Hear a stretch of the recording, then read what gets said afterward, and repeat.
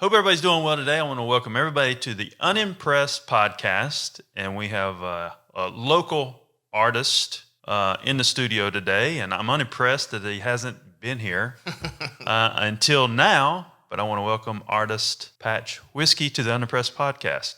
Welcome, Patch. Hey, thank you. Thank you so much. So what's going on, man? I mean, you got a few little drops of paint on you over there. And yeah, I got some paint. We went a little buck nutty in the studio yesterday. I got my friends, my girlfriend. We're all just hanging out in the studio and just and painting. Putting on. We was watching The Thing. I think we watched The Thing 2 or 3 times in a row, critiquing it, trying to figure out who's the Thing, and cracking cans. We made the hugest mess in the backyard. It's wild. It was fun. cracking cans. Huh? Oh yeah, we was cracking them. How long have you been doing this and doing these murals and so forth? And what gets you to this point in your life? Yeah, I mean, I think it started in 1985. I was sitting in front of my Zenith floor mount, my parents' Zenith floor mount, and they brought in a little gray box. This is kind of like when the Japanese infiltrated my life when I was a kid, and it was called the Nintendo. Mm-hmm. And the Nintendo changed my life because I grew up in West Virginia, and the trains were coming through my town with the graffiti, and coming from a small town, we didn't have any local graffiti guys. It was just train graffiti from the cities across the country. What got me started would be the train graffiti and Nintendo. So it was kind of like a Japanese fusion. So I'm trying to think about that, like that impression, right? What gives you that impression of looking at that? How does that make memorable? How does that look to you so you remember something like that? Yeah. I mean, at this point, as an adult, I feel like I'm just trying to channel my youth right now. Yeah. So everything's nostalgia for me. It's super nostalgic, going back into my youth, reliving those kind of moments. I'm kind of like reliving the 80s with my artwork. If you're reliving your childhood, do you remember a lot about your childhood now? Oh, yeah. Oh, for sure. But, I mean, I was doing some painting. Like, I think my first piece that I remember doing was under my parents' coffee tables in the living room because they never catch me. That was my first graffiti, was, marking on something that didn't belong to me. It was my parents' coffee table underneath of it. Really? Yeah. So I'd be under there with crayons and markers or whatever.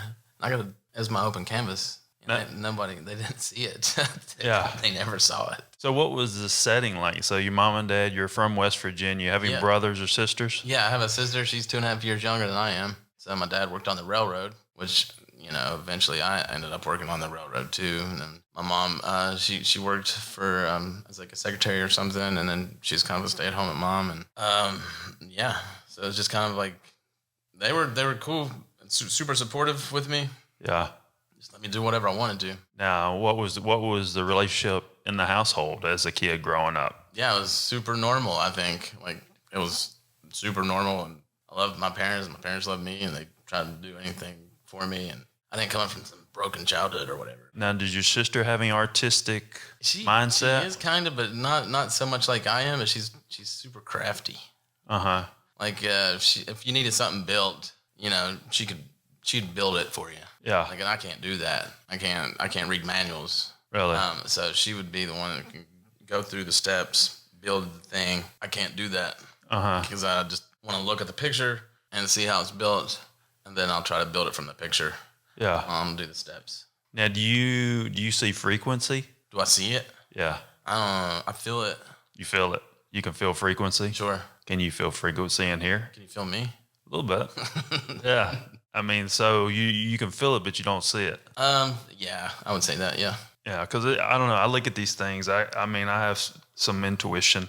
I mean, you see on my table here, this is the Reiki practitioner thing. It just kind of showed up in my life that I didn't even know I had. Tibetan Reiki, huh? Yeah, and it just showed up. And I talked to like Till Swan. I don't know if you know who Till Swan is, but her IQ is like 175. Yeah. But she sees frequency in her daily life. Okay. Is that colors and stuff? Or? Yeah. So she will express herself with paintings as well, with the swirls and so forth, because that's what she sees. Uh-huh. And she can't get rid of it. So I think that's the only way she feels like she can get rid of it. Uh-huh. So I'm just trying to dive deep in your head a little bit and say, hey, how are you trying to get rid of this visual effect Yeah. that has such an impression on your life. All my stuffs are monsters, but they're also like, it could be like inspired by my dog or people I know or whatever. But I'm by myself the whole time doing these things. So I'm just kind of like, I get to like jump into another world, and I get to explore this other world that doesn't exist till I make it. And I get to be a part of it. And I've got a character that represents me in this world that I get to go and explore. Gotcha. All these unknown surroundings and environments. What do you see in this world specifically? I mean, it's good times. It's good times for sure. You know, there's no jobs. There's really no money. You know, I don't even know if they're sleeping so much. Like, I don't know if they sleep. It's just kind of like a getaway. It's kind of like a little vacation world that 9 to 5 doesn't exist there. Maybe don't exist as much as they do here. Have you always been able to tap into that part of this piece of it, this visual piece of your life? Yeah, I mean, I think so. I mean, it's definitely been a long journey getting to where I'm at and still evolving. I was drawing cartoons since I was like, I remember when I was 8 years old, something clicked in my brain where I was like, just drawing comics, just getting good at drawing other people's comic books and stuff like that. As I was getting older, I fell in love with paint and started painting stones. So I started painting a lot of stones. I was down in West Virginia painting these river stones. The river stones were free. The paint was basically super cheap. So, I mean, I had it. I was painting all these river stones, and I had hundreds of these painted rocks, you know, and then eventually you'd catch me down on the corner slinging rocks. And I started making money. Yeah. You know? I was the guy slinging rocks on the corner. Yeah. You know, and I started making money with my painted stones. Really? And that's how my art career, basically, my professional art career started from me slinging rocks. Slinging rocks. Slinging rocks either at a church parking lot during a Sunday soup day or flea markets. I was just like, wherever. I started at the bottom. I started in the sewer pits of the art world. Yeah. That's where I started. I mean, what's your aspirations? I mean, is there any goals you have, or you just want to continue to express yourself bigger and bigger and bigger? Yeah, I mean, there's definitely some things I'd like to do. I'd like to start up a toy company. I'd like to have like maybe a Patch Whisky merchandise kind of thing, kind of like Kid Robot or something, and kind of infiltrate different cities. So you could go to a Patch Whisky store in New York City, in Los Angeles, Chicago, Detroit, Pittsburgh, Miami. Paint the murals inside the store, just design it, and just kind of like maybe even like a Meow Wolf. If you're familiar with Meow Wolf, they're on Las Vegas, and it's just like this environment that you get to explore, and there's like holes in the wall, and you're like, what's that hole? And you get to crawl in that hole and see what's going on in another world in that hole. Really? Oh yeah. I mean, I'm excited to explore things like that. Have you ever looked into your lineage and maybe see where this comes from? Or, I mean, what's some of your lineage? I mean, like 25% Italian, 35% out of the UK. I got 10% Scandinavian. It's all based around this certain part of Europe. Like, gotcha. I'm like 99% just in this little circle. Really? But I don't know as far as. So you think it's narrowed down to a pure source in this Europe location? It's definitely a certain region of Europe. Yeah. For sure. It's a tight little spot. And what's come out of that region? I mean, I don't even know, you know. That's stuff that I want to explore. I want to go over to Italy and see I haven't got a chance to. My dad's got to see him, and my sister, and they've told, because one of my relatives owns a hotel over there, you know. But as far as artists, my dad's an artist. So your dad, so it was kind of passed down, even though he worked in the railroad. Sure. He wasn't like a professional, but he could have been if he wanted to. Yeah. You know, but he had some kids, and the railroad was there, and his paychecks coming in, and the art life's a crazy hustle, especially in southern West Virginia. What town was that? It was in Princeton. Princeton. Yeah. Now, is that close to Charleston or anywhere? It's like an hour and a half south. Okay, so you're closer to Prestonsburg? Yeah.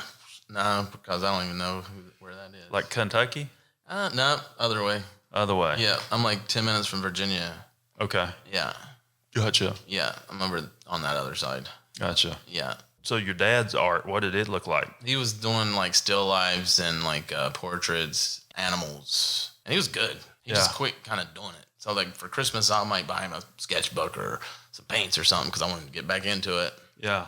He just kind of fell off and didn't really continue exploring it. But he's good. He was into watercolors and stuff, and he was getting awards back home. He was like putting his stuff in competitions and winning things. Yeah. He was good. Kind of seeing the pattern of your father and now the position you're in now. What do you understand the business part of it, of what you really need to do to position yourself the right way? No. What does the business part look like to you? I know. It looks like a math book to me that I can't read. And there's certain aspects of business I'm good at, like the marketing and advertising department. I got that department like down pretty good. Uh-huh. But there's other parts of the business that's I'm not good at. I need help with. You know, I mean, I went to art college. I went to Art Institute Pittsburgh, and they didn't teach us all the business aspects. What they pretty much done was cookie cutting us to work for the man. You know, work for this corporation, work for this. You know, so we were just kind of like little paint donkeys or little art donkeys for somebody else. They weren't teaching us like you're going to be your own entity and you're going to create your own brand, your own corporation. They didn't teach us none of that. They didn't teach us how to do that. And I would still want to maybe go back to college or something just to learn a little bit about business. Little. I mean, has anybody ever approached you with any type of deals or anything? Or some. And you know, you gotta watch out for those snakes. Yeah, for sure. Like I've jumped in bed with people and they've wanted to do things, and so far it's not been very lucrative for me, and I'm just like losing sleep. I think they're just trying to take my stuff over, my company over, my art over, you know. So I don't know. There's contracts that need to be in line. I mean, I've worked for people. I've worked for Adidas and corporations. Yeah. Now, what do you think that psyche is? Because this is something I deal with. I deal with a lot of artists, either comedians. You know, when I say artist, I mean, I think there's different types of artists. I think my wife is an artist of cooking, you know, because she has a very interesting taste palette and can identify different taste and line taste up, which I think is an art. For sure. So, and then comedians, you know, there's a lot of weird thought processes there. So do you think some paranoia comes with that? For me, for sure. Like I'm losing sleep at night. Yeah. Just being paranoid about somebody's direction they're trying to take me or some underlying thing that I'm not seeing on the surface. That may not even be there. Right. It might be just me being paranoid. Yeah. You know? Yeah. That there's just things that you can do to protect yourself in the business, you know, between like trademarks, copyrights, and contracts and stuff like that. I'm not good at all that stuff. I've got my stuff trademarked and all that, but you know, contracts are still like a thing to me. Like I would just like shake your hand and that's my just contract. Move on down the road. Yeah, it's my contract. Maybe I feel like being from West Virginia, we're kind of a gullible people in West Virginia. You know, we'll just take you for your word or whatever. You know, the contract's us shaking hands and be like, all right, I believe you, you believe me, let's go. Yeah. So that's not real. If somebody shook your hand on a deal, are you that stand-up guy where you can write that on the wall where you shake your hand and you're going to stay with it? I mean, I guess if you want me to paint your wall and tell me you're going to give me so much money, I could shake your hand and be like, all right, we don't need a contract with this. Yeah. You know, but going up into more corporate entities and stuff like that, that's where we'd have to like get some contracts involved. How could someone take advantage of you in the art world? It's such a niche world. Yeah. I mean, how are they going to take advantage of it without you knowing about it? Well, I mean, we'd find out about it eventually. I guess it's like people just stealing your ideas. Yeah. You know, stealing your art, stealing your characters, branding it, put it under a different name. So far, like in America, I'd probably be pretty protected here just because I've established myself for so long and I am protected under United States trademark and all that stuff. But in Japan, I'm not. You know what I mean? Japan could just run with it, I think. Yeah. And they do that, and I don't think that we can do in the United States if the Japanese or any country over there. So I don't think it's like an international trademark. I'm not for sure. Yeah, you know? There is international trademark. Yeah, so I don't. Yeah, I have international trademark, by the way. Yeah. He has every country on lock. If you're hearing this, locked down on this planet. Now. Any competition for your look? Oh, for sure.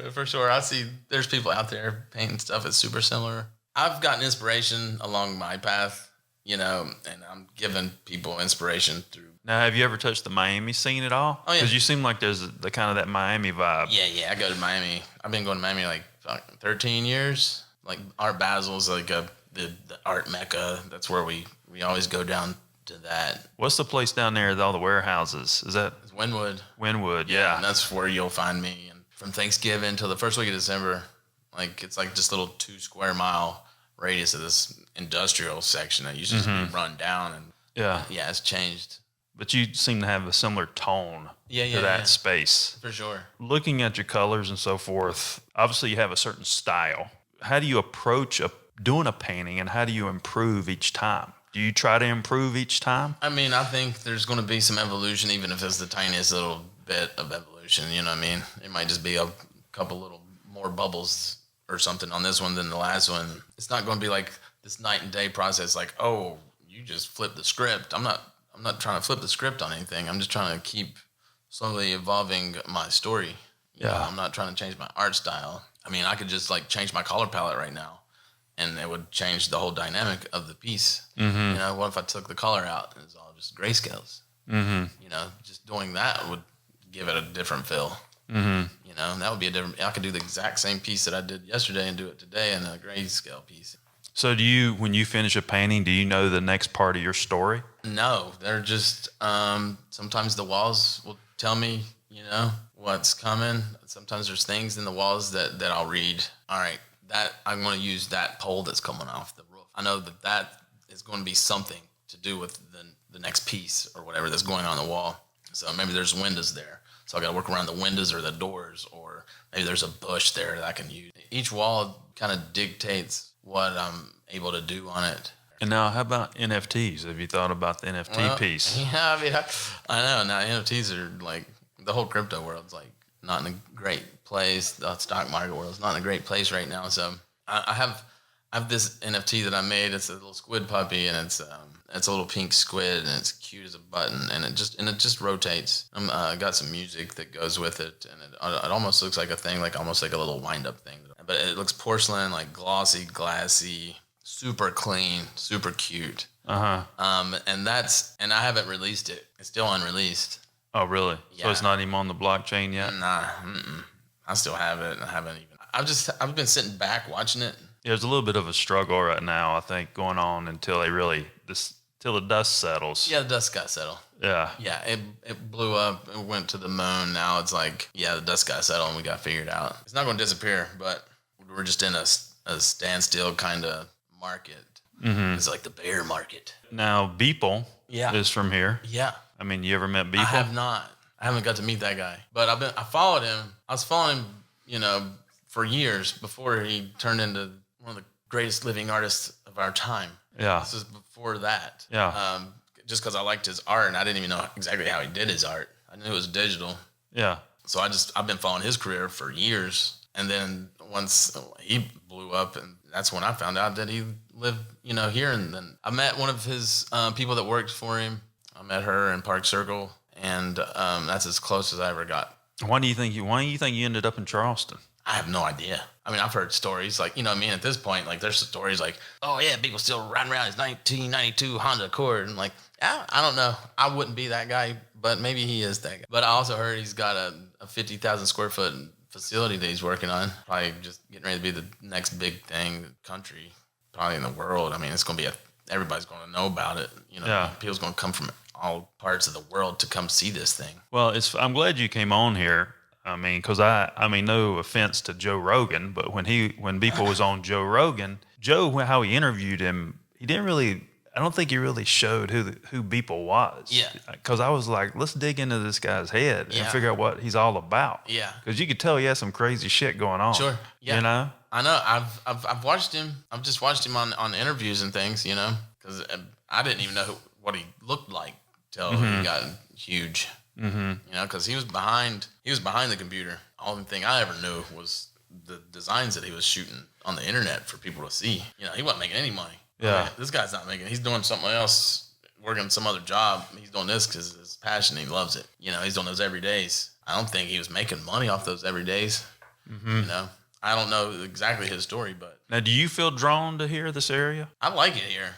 my parents brought me here when I was a kid, and I liked it. Yeah. I'm in love with it, and I feel like I'm on vacation. Yeah. Well, do you you said you pick up frequency and energy. Yeah. Do you feel like there's a lot of energy here? Yeah, good vibes here.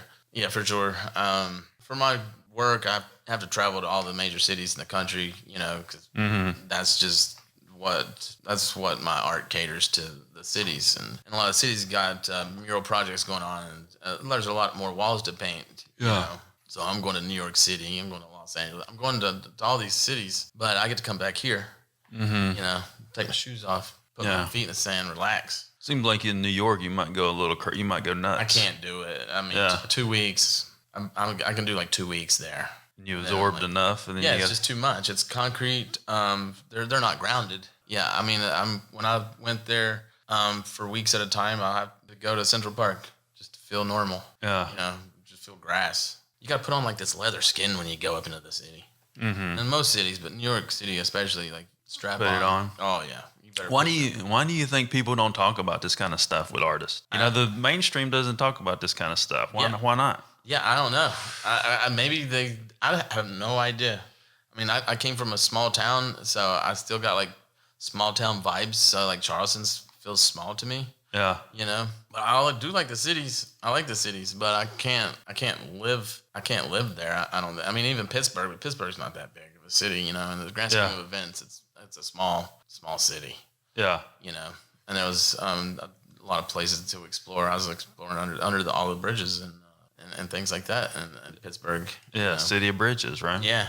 A lot of bridges to paint in Pittsburgh. Well, what I'm saying is like people mainstream and industry doesn't talk about. I talk a lot about sensitivities, right? And people's sensitivities. And mainstream doesn't really talk about or try to explain why artists are who they are. Mm-hmm. You know what I'm saying? Because I think if there's a little more context with explaining an artist such as yourself, maybe things could be a little more understood. Maybe you don't have that paranoia that you have about doing a deal.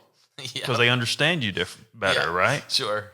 You know what I'm saying? Yeah. That's what I think about. Yeah. Because to me, it seems it's a simple thing, but maybe it's something that people don't think about. I don't know. Yeah, I know. I mean, I need to have somebody. I need to have somebody broker my deals. That's what I need.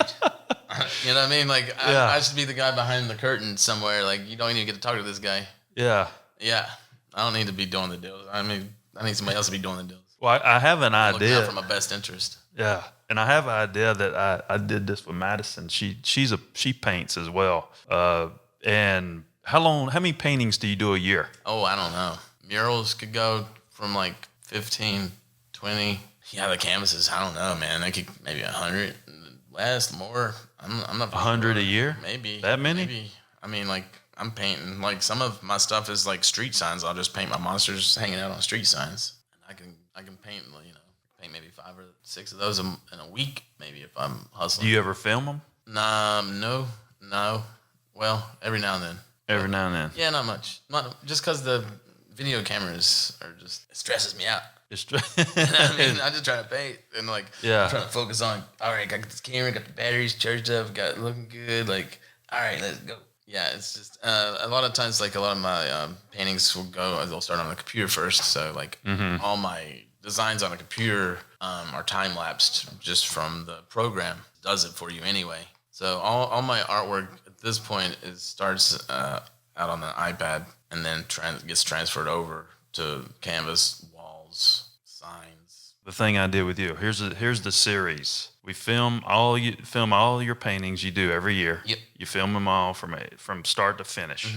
And we're gonna do it. We're gonna put 528 gigahertz sound with each painting. Okay. I don't know what that means, but it sounds cool. You ever heard of 528 gigahertz sound? No. Huh? You hadn't? You never heard that? I don't think so.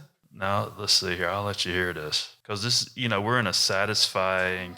Yeah, let me... it vibrates your soul. It heals your body. Oh, it does. It heals your body. So this is something I think that nobody's tapped into. I think it's part of the future. I think for someone like yourself, the paintings... Future. Yeah, I think this is something... I think this is something that could be very monetizable if you wanted to create content. Yeah. I mean, you're going to have a serious little boombox, right? It's just this. Oh, it's like following your strokes of you painting. Okay. Like, I wonder if you did like 10 of these, however long it took with this type of sound behind it. And do some time lapse stuff like this. Yeah, it's very sensory. What? So the sensory of you painting, the sensory of the music. Okay. That'd be pretty wild. I think that's the future and I think in this day and time, people are looking for escapes. And if you're a brand, you take your art and add music like this to it. Yeah. There's some money to be made there, I think. Really? I think so. Even painting little kooky monsters running around doing. Yeah. I mean, after this podcast, I had to show you the thing. We did the thing with Madison, but I think there's something to that with artists. Yeah. Because people listen to that. Yeah, I was already in a different world. Now we're back. Yeah, you're just already in a different world.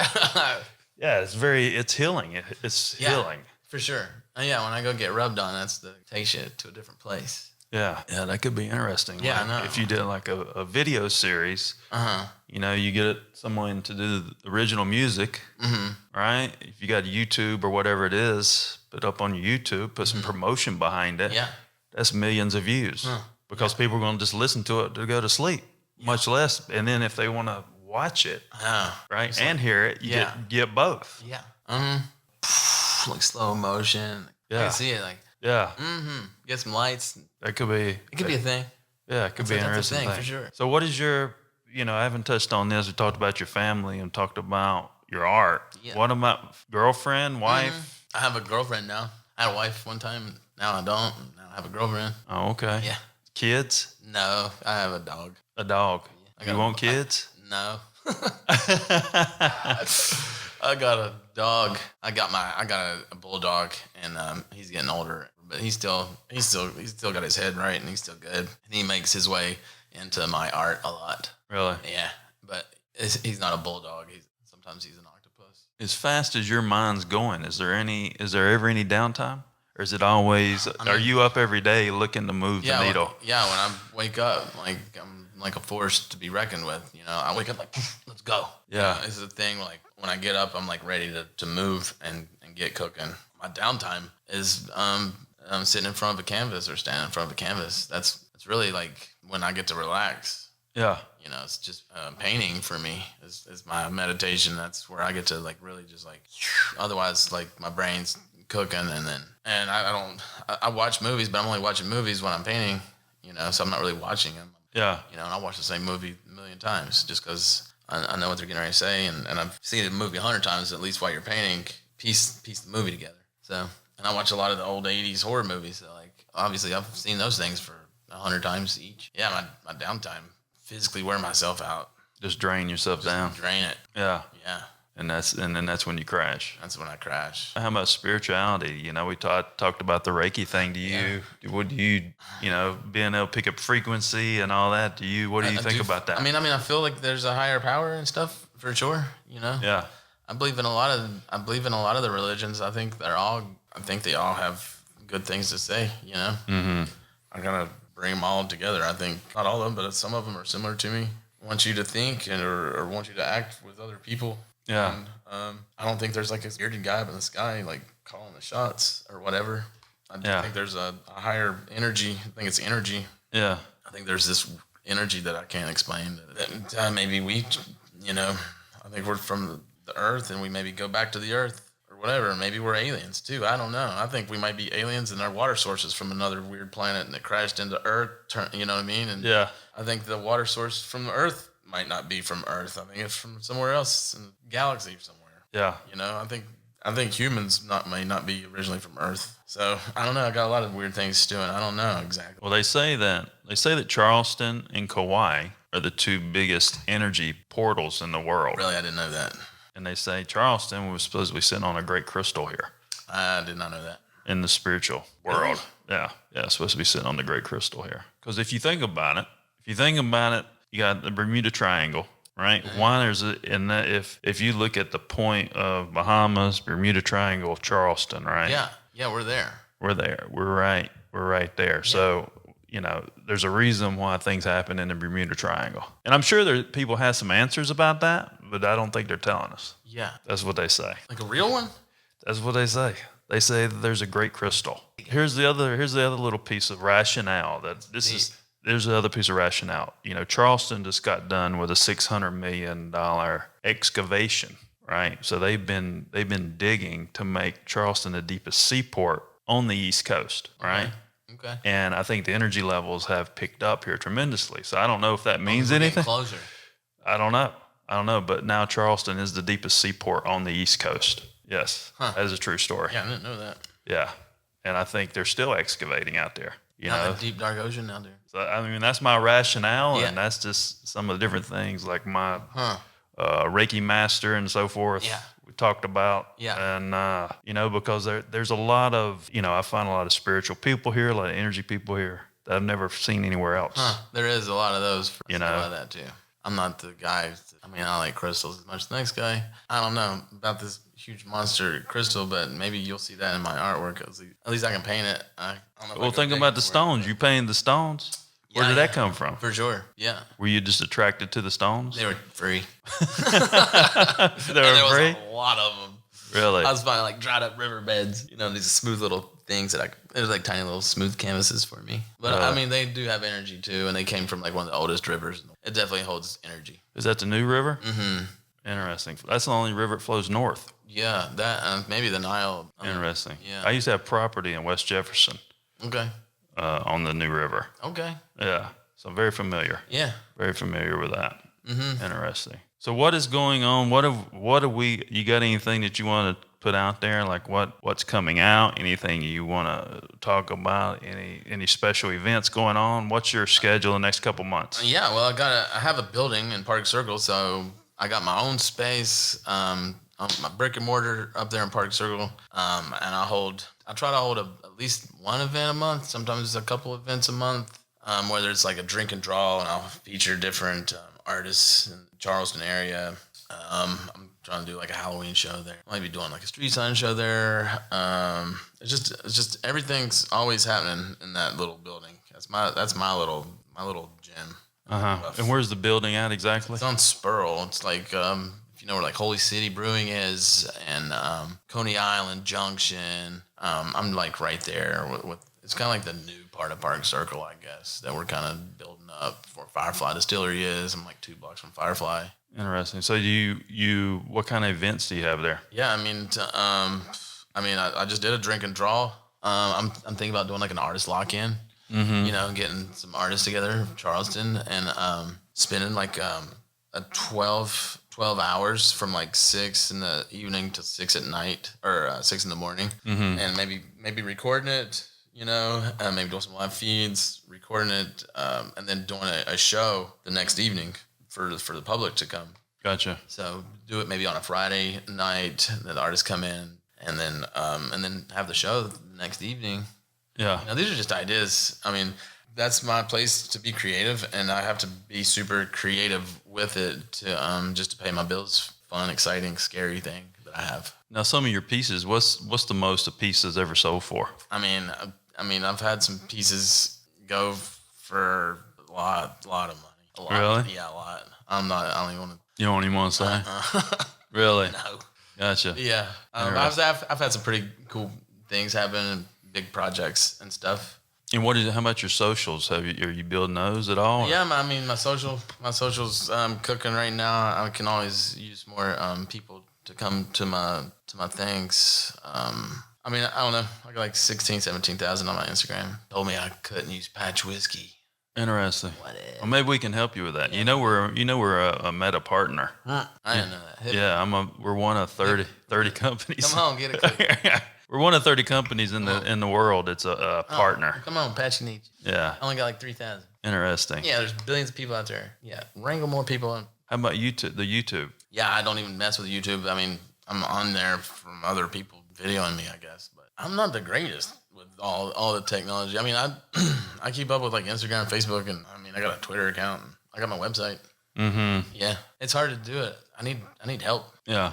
Yeah. Because I think once people understand where you're coming from, yeah, and who you are as a person, and that you're a real artist. For sure. I'm this one guy that's doing everything, I have to build my website, and I have to like design the canvas. I have to build the canvas, paint the canvas, sell the canvas. Just, I mean, I got to clean my toilets in my gallery. I got to, I wear all the hats. Yeah. I mean, like I have my girlfriend and my sister and my nieces will help me out, during times of events. All the other stuff is just me just trying to keep it together and still be an artist. Yeah, because I think when you meet a true artist, they're a true artist, or I do, because I know the sensibilities, and there's probably a lot more bandwidth there with you than you haven't even touched on yet.